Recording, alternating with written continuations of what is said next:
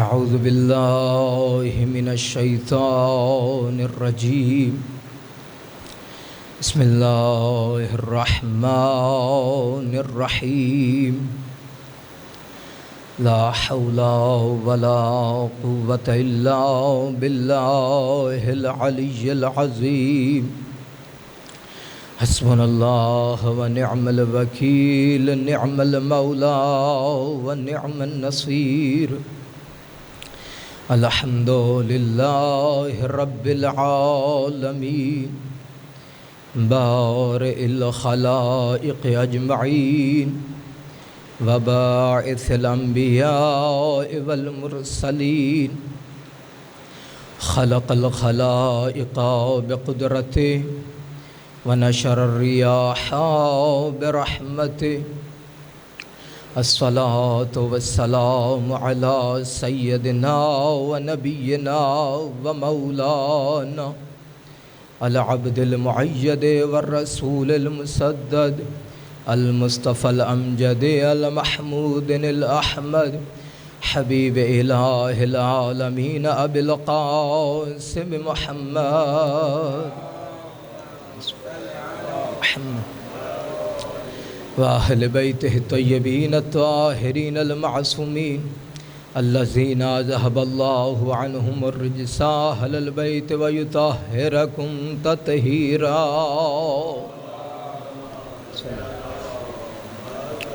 ولعنة الله على أعدائهم أجمعين أما بعد فقد قال سبحانه وتعالى في كتابه المجيد بسم الله الرحمن الرحيم وجعلنا منهم أئمة يهدون بأمرنا لما صبروا وكانوا بآياتنا يوقنون وقال يا أبا عبد الله الحسين عليه السلام إني خرجت لطلب الإصلاح في أمة جدي صلوات پر محمد وآل محمد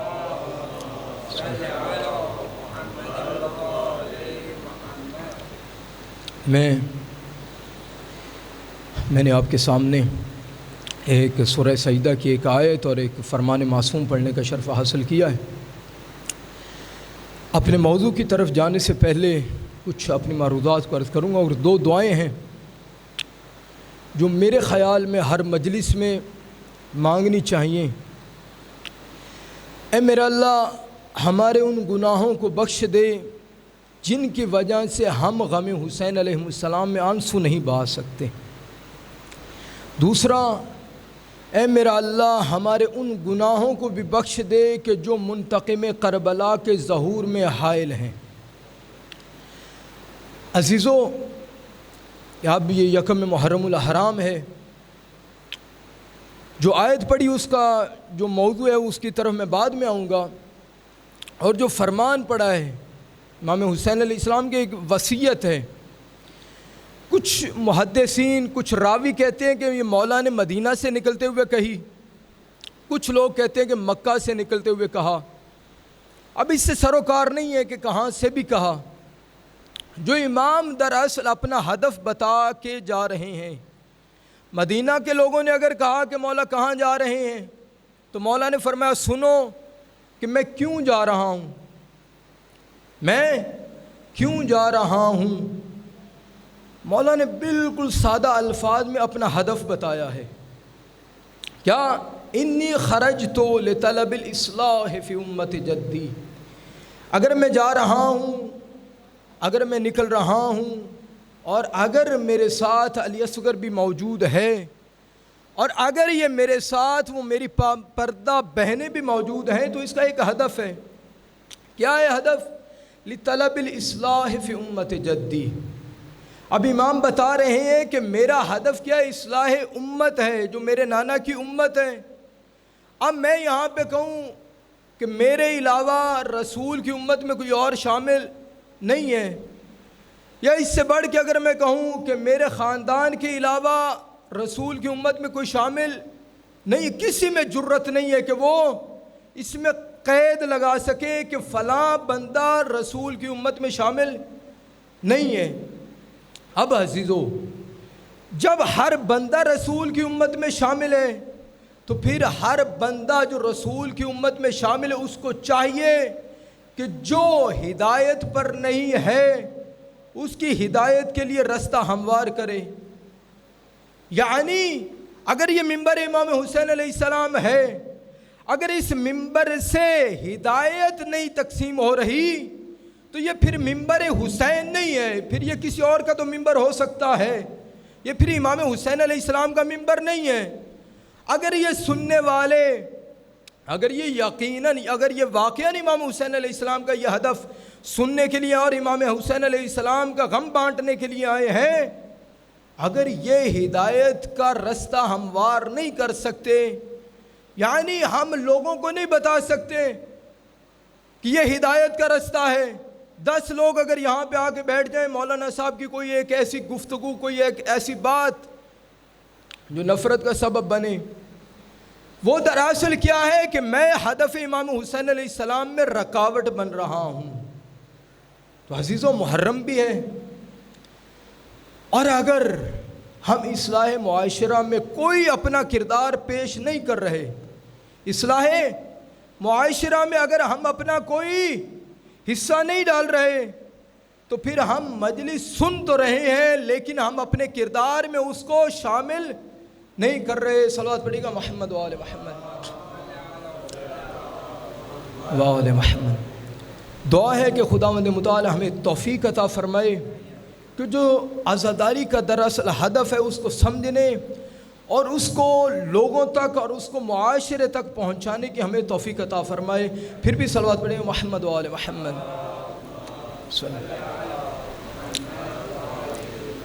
اب جو میں نے ایک آیت پڑھنے کا شرف حاصل کیا، کیا ہے؟ خداوند متعال سورہ سجدہ آیت نمبر 24، خدا فرما رہا ہے وَجْعَلْنَا، ہم نے قرار دیا، منہم، سبھی کو قرار دیا نہیں، منہم، کچھ لوگوں میں، سب لوگوں میں نہیں، کچھ لوگوں کو ہم نے چنا ہے اور ان کو قرار دیا ہے. کیا؟ آئمۃ یہدون، امام قرار دیا ہے، اور ان کا کام کیا ہے؟ یہدون بامرنا، یہ ہدایت کرتے ہیں. کس طرح ہدایت کرتے ہیں؟ ہمارے امر کے ساتھ یہ ہدایت کرتے ہیں. ہدایت کرنا یہ دراصل یہ مہم ہے. اب کیا ہے؟ جب یہ ہدایت کرتے ہیں، لما صبروا وکانوا بآیاتنا یوقنون، ہر بندہ نہیں، یہ جو ہدایت کرتے ہیں، یہ کیوں ہدایت کرتے ہیں؟ لما صبروا، کیونکہ انہوں نے صبر کے ساتھ کیا کیا ہے؟ وکانوا بآیاتنا یوقنون. یہ کچھ لوگ ہیں جن لوگوں کو ہم نے امام قرار دیا. خدا فرما رہا ہے کہ کچھ لوگ ہیں جن کو ہم نے امام قرار دیا ہے اور یہ ہدایت بھی کرتے ہیں ہمارے امر کے ساتھ. کیوں ہدایت کرتے ہیں اور ہم نے امام کیوں قرار دیا ہے؟ وہ اس لیے وَقَانُوا بِآیَاتِنَا یُوقِنُونَ، اتنے یقین کے ساتھ، اتنی پختگی کے ساتھ یہ ہماری آیات کے اوپر یقین رکھتے ہیں. یعنی یہ کچھ لوگ امام ہیں جو اللہ نے ہمارے لیے ایک قرار دیے ہیں. صلوات پڑھیے گا محمد و آل محمد صلی اللہ علیہ. اب یہ امام کی جو تعریف کی ہے، امام کس کو کہتے ہیں؟ یہ اہل سنت اور اہل تشیع دونوں نے اس تعریف کو جو ہے نا ذکر کیا ہے. کیا ہے؟ الامامۃ ریاست عامۃ فی امور الدین و دنیا لشخص من الاشخاص نیابت عن النبی صلی اللہ علیہ وآلہ وسلم. اللہم صلی اللہ علیہ محمد. اب جو امام کی جو اہل سنت اور نہ فقط تشیع، اہل سنت نے بھی اور اہل تشیع نے بھی کیا تعریف کی کہ امام دراصل وہ ہوتا ہے جو ریاست یعنی حکمران ہو. کس میں؟ لامور الدین و دنیاوی، دنیا کے امور میں بھی اور دین کے امور میں بھی. کیسے؟ ہر بندے میں، جو معاشرے میں ایک ایک بندہ ہے اس کے امور کی ذمہ داری کس کے پاس ہے؟ امام کے پاس. اب کیا ہے؟ لنیابت النبی، یعنی وہ عام بندہ نہیں ہے. ایسے نہیں ہے کہ وہ امام ایسا ہو جو لوگ بنا دیں، نہیں. کیا ہے؟ لنیابت النبی، جو نبی کا نمائندہ ہو. عزیزو سارا مسئلہ تو حل ہو گیا۔ امام کون؟ جس کو اللہ نے قرار دیا۔ امام کون؟ جو نبی کا نمائندہ ہو۔ عزیزو یہاں پہ آ کے تھوڑا سا مسئلہ نبی کے بعد بنا۔ اب کیا ہوا؟ کچھ لوگوں نے کہا امام ہم بنائیں گے، یعنی نمائندہ ہم بنائیں گے، یعنی خلیفہ ہم بنائیں گے۔ اب یہاں پہ تھوڑی سی مشکل ایجاد ہوئی۔ ایک گروہ نے کہا ہم نمائندہ بنائیں گے، ایک گروہ نے کہا اللہ بنائے گا۔ اب ہمارے پاس کیا دلیل ہے کہ اللہ بنائے گا یا نبی اعلان کرے گا؟ اس لیے کہ اللہ فرما رہا ہے ہم امام بنائیں گے، ہم امام قرار دیں گے۔ جب اللہ نے کہنا ہے، اور یہ نمائندہ کس کا ہے؟ کس کا نمائندہ؟ نبی کا نمائندہ ہے۔ اب یہاں پہ بھی مسئلہ حل ہو جائے گا۔ جب یہ نمائندہ نبی کا ہے تو بنائے گا بھی نبی، یعنی کسی اور کے تو ہاتھ میں ہے ہی نہیں۔ اب یہاں پر ہم امام تک بعد میں پہنچے، پہلے نبی سے پوچھیں نبی کو کون بنائے گا؟ یعنی ایک گروہ کھڑا کریں کہ جناب آپ قدرت میں، آپ طاقت میں، آپ پاور میں، آپ مال میں سب سے آگے ہیں، ایک ہمارے لیے نبی بنا دیجئے۔ کوئی ایسا جو یہ اعلان کرے کہ میں نبی بناتا ہوں؟ جب نبی نہیں بنا سکتا تو تمہیں کس نے جرت دی ہے کہ اپنا امام بناؤ؟ جب نبی تم نہیں بنا سکتے تو امام بھی بنانے کی قدرت آپ میں نہیں ہے۔ کیوں؟ اس لیے کہ جو نبی میں قدرت ہے وہ آپ میں نہیں ہے۔ اور نبی کی کیا قدرت ہے؟ نبی کا کام کیا ہے؟ نبی کا کام یہ ہے کہ جو امور ہر انسان کے وہ حل کر سکے، چاہے دینی ہو چاہے دنیاوی ہو، جو بھی مسئلہ ہو وہ نبی نہیں ہے جو مشکل کو حل نہ کر سکے۔ یعنی نبی وہ ہے، اگر وہ آپ جائیں اس کے پاس، اے اللہ کے نبی مجھے یہ مسئلہ درپیش آیا ہے، اگر وہ مسئلہ حل نہ کر سکے، وہ آپ کی مشکل کو حل نہ کر سکے، آپ کہیں گے یہ تو ہمارے جیسا ہے، یہ تو نبی نہیں ہے تو ہمارے جیسا، میرا مسئلہ ہی نہیں حل کر رہا۔ جو بندہ آپ کا مسئلہ حل نہیں کر رہا وہ کیسے یہ تمنا کر سکتا ہے کہ تم میرے اوپر ایمان لاؤ؟ یعنی سب سے پہلے تو مہم ہی یہی ہے کہ نبی آئے اور معجزے کے ساتھ لوگوں کی ہر آرزو کو، ہر مشکل کو حل کرے۔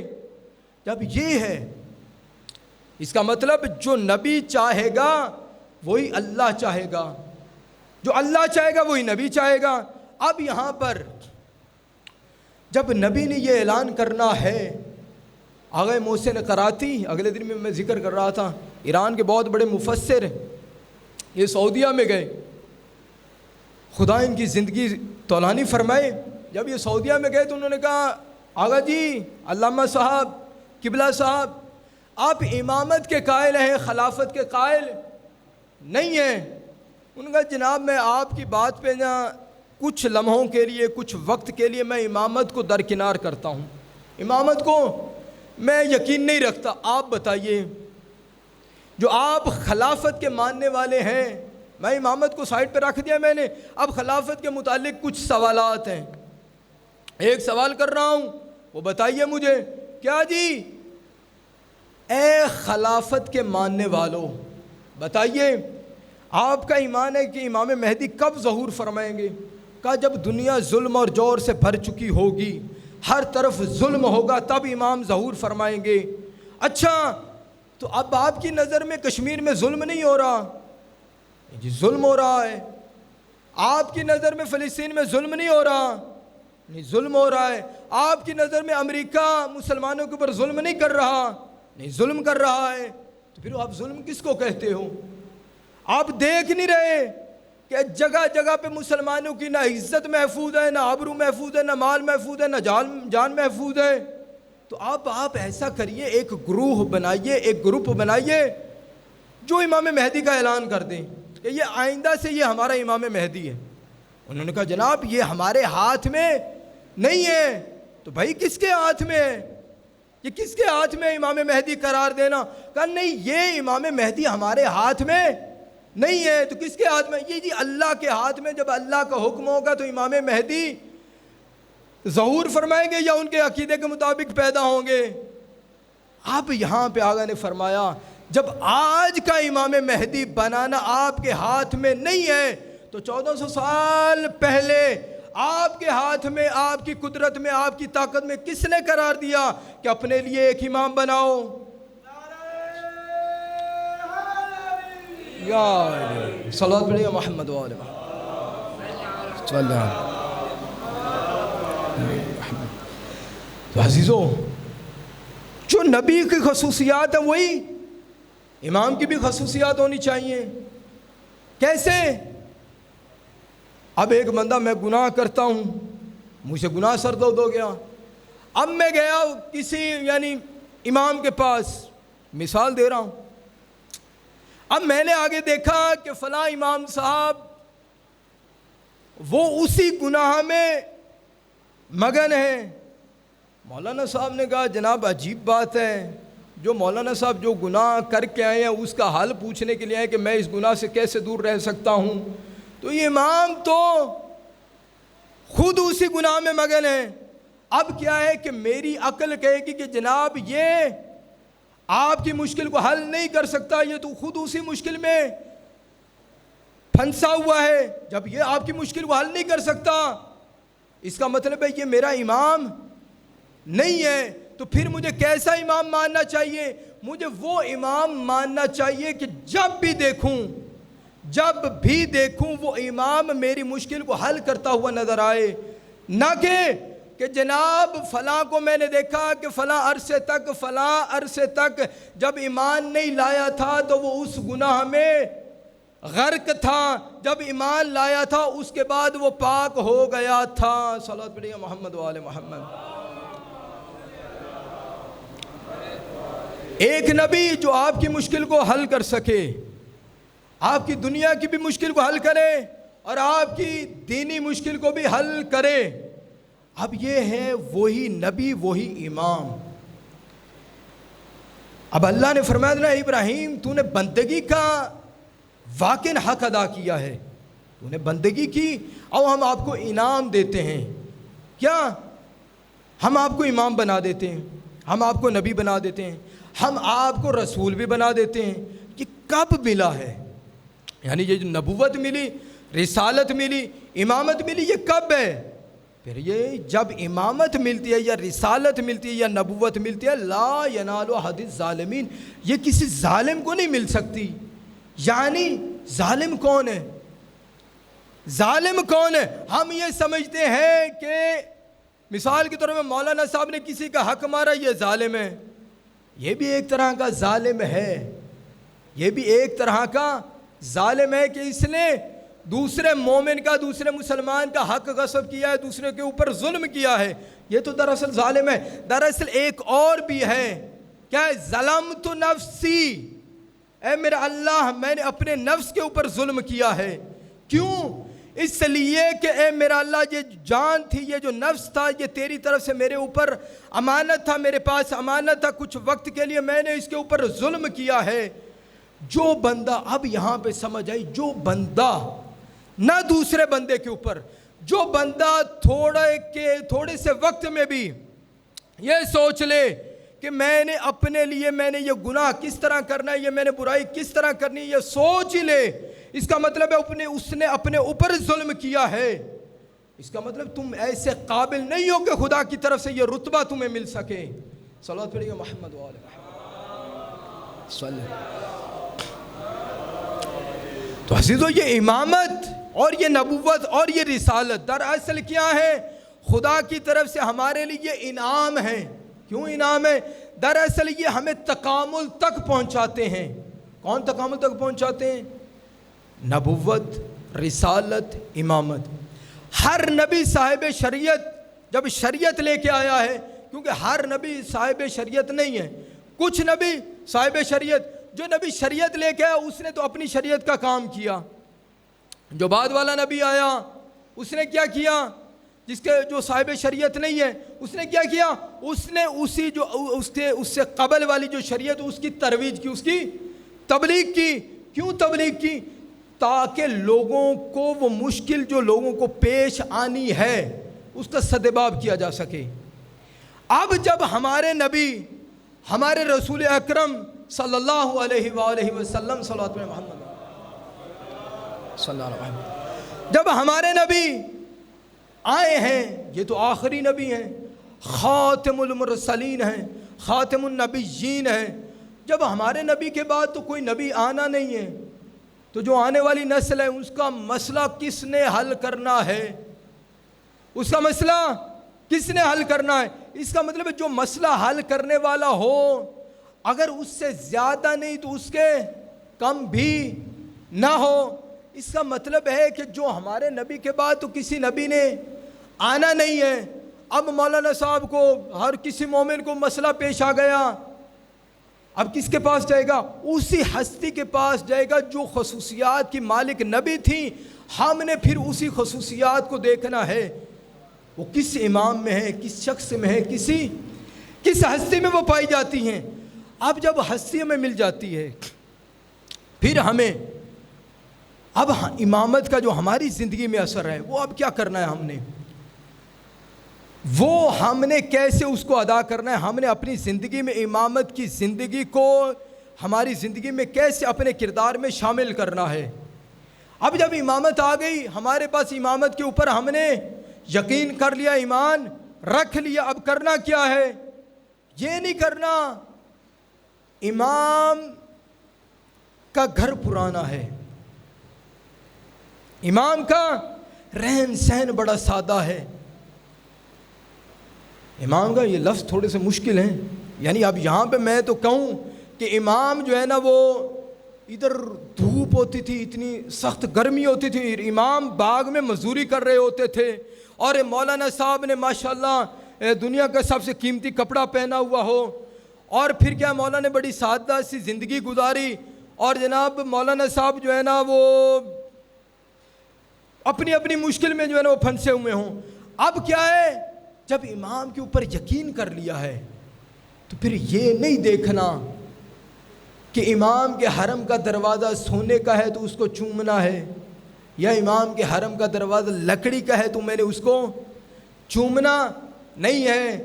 اب یہاں پر یعنی یہ مرتبہ ہے، اب یہاں پہ یہ نہیں ہے کہ ایک اگر خوبصورت ہے، ایک مولانا صاحب پڑھنے والے بڑے کمال کے ہیں، بہت نام ہے اس کا، وہ پڑھنے والے تو لوگوں کی بھیڑ جمع ہو گئی، جناب نام بڑا ہے پڑھنے والے کا، اس لیے جناب لوگ بھی زیادہ آئیں گے، جب لوگ زیادہ ہوئیں گے تو بانی کا نام ہوگا۔